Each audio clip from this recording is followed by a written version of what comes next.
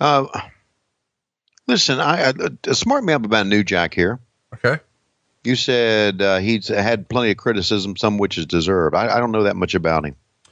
Okay. Well, he wrestled an underage guy in 1996 named Eric Koulos. And, Eric came to a show looking to get booked, and either Balls Mahoney or Axel Rotten, somebody like that. I think it was Axel, maybe no showed.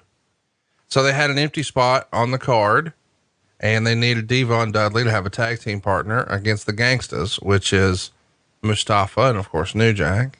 And Eric Koulos, while he was a big kid, dressed sort of almost like in a cop uniform, a mass transit type uniform. And that was the name that he called himself, Mass Transit.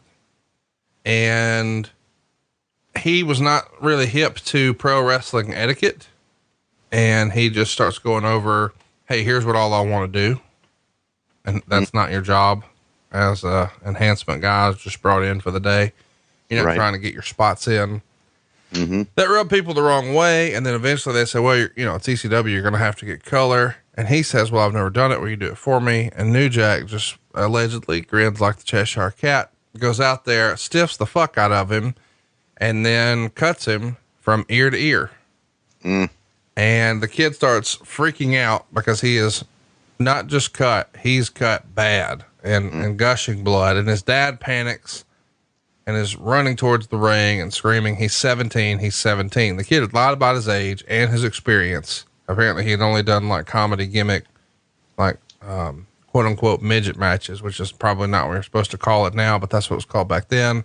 And, it cost ECW a lot of opportunity. They were supposed to be on pay-per-view sooner, and Bruce Mitchell, our friend here, wrote about what happened and allegedly sent a tape to Viewer's Choice, and they lost their pay-per-view clearance. That happened in November of 1996. But fast forward, he would get in fights with, fans. And then after ECW, he worked in a company called XPW, and there he saw an opportunity to sort of get revenge on an opponent. So there was a big guy named Vic Grimes who the WWF was interested in, and he's working with New Jack here in ECW, and they were supposed to do a big spot where they fall off the top of the building sort of thing through some tables. Cause New Jack at this era is jumping off stuff. Sure. And the guy was hesitant to go. So when he actually went, he accidentally landed on New Jack's head, and supposedly he lost vision in his eye, went deaf in an ear, brain fluid comes out of his ear. New Jack never forgot that. So, or maybe brain fluid out of his nose, whatever New Jack says. Anyway, it was bad. And the guy, was in New Jack's crosshair. So when they wrestled in a scaffold match, oh my God, New Jack threw him, or tried to throw him off the scaffold. And instead of going through tables, wanted to throw him and hit the floor and murder him. He was not successful, but the guy did not just land flush on the tables. He wound up hitting part of the ropes and bouncing violently, and it was very, very bad. And then another time he wrestled a guy named Gypsy Joe. Have you heard of Gypsy Joe before? Is he alive? Gypsy Joe was a longtime journeyman wrestler who was very much elderly by the time they actually wrestled. I think he passed away when he was like 82. So when he was like in his 70s somewhere, he has a match with New Jack, and New Jack. Can I interrupt you here? Yes. Stories like this are only on our ECW shows. Yeah. Go ahead. Continue. Well, apparently New Jack says that, Gypsy Joe headbutted him in the nose for real, and he wasn't selling for New Jack. So New Jack decides, I know how to fix that. So, he starts hitting him with a baseball bat for real. Several other stuff too, but Jesus. Anyway, there was another time in 2004 where he was wrestling an independent guy, and that guy is not really selling. I think he makes the mistake of hitting New Jack for real. So then New Jack just reaches in his pants and pulls out a knife and stabs him 14 times. God. In the middle of the match. Oh my God. And I think once upon a time he was in a relationship with, your great close personal friend, Terry Runnels. Right. And, or I'm sorry, Boatwright or whatever. Yeah. And I think there may or may not have been extracurricular activities, but at one point, he started to leak pictures and videos of her. And one of them was where he had convinced her to blade herself and she was bleeding from the forehead. So he's just always found himself sort of surrounded by controversy. Right. That it sounds like that. Maybe he created some of it. Not sure, but maybe he did.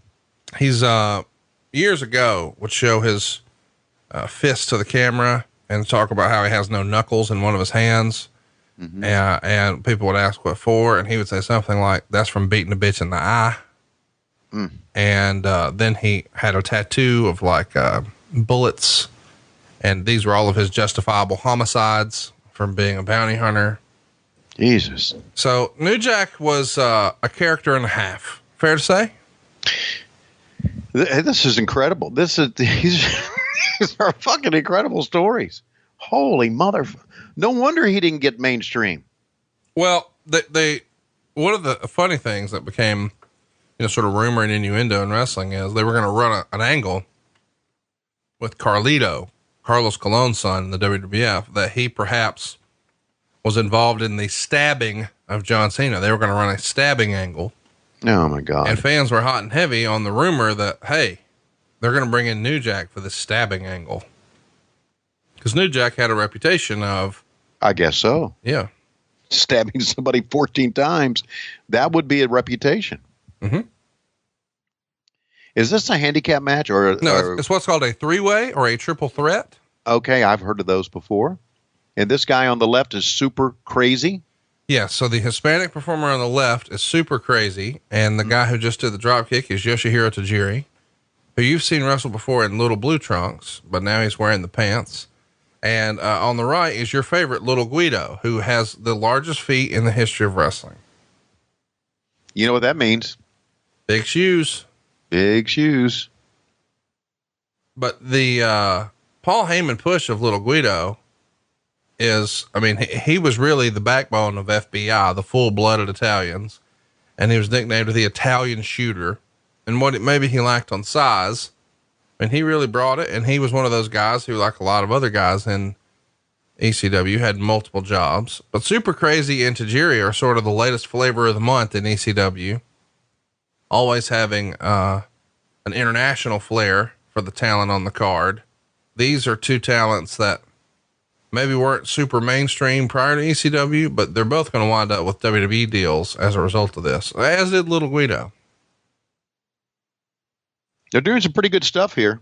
Yeah. And as they do this stuff here, you know what? the New Jack stories, I think those New Jack stories are going to haunt me for months. Why? They just, well, I mean, we've talked about crazy things in wrestling and, I mean, we even talked about the time Harley Race hit Ricky Steamboat in the eye to make the eye, puff up and make it look real. But that stabbing a guy, what the fuck? Hitting a 70-year-old with a baseball bat, stabbing a guy. My good God. It's a wonder he didn't get arrested at arenas. Or maybe he did. Jesus. Anyway, back to the action. Here we go.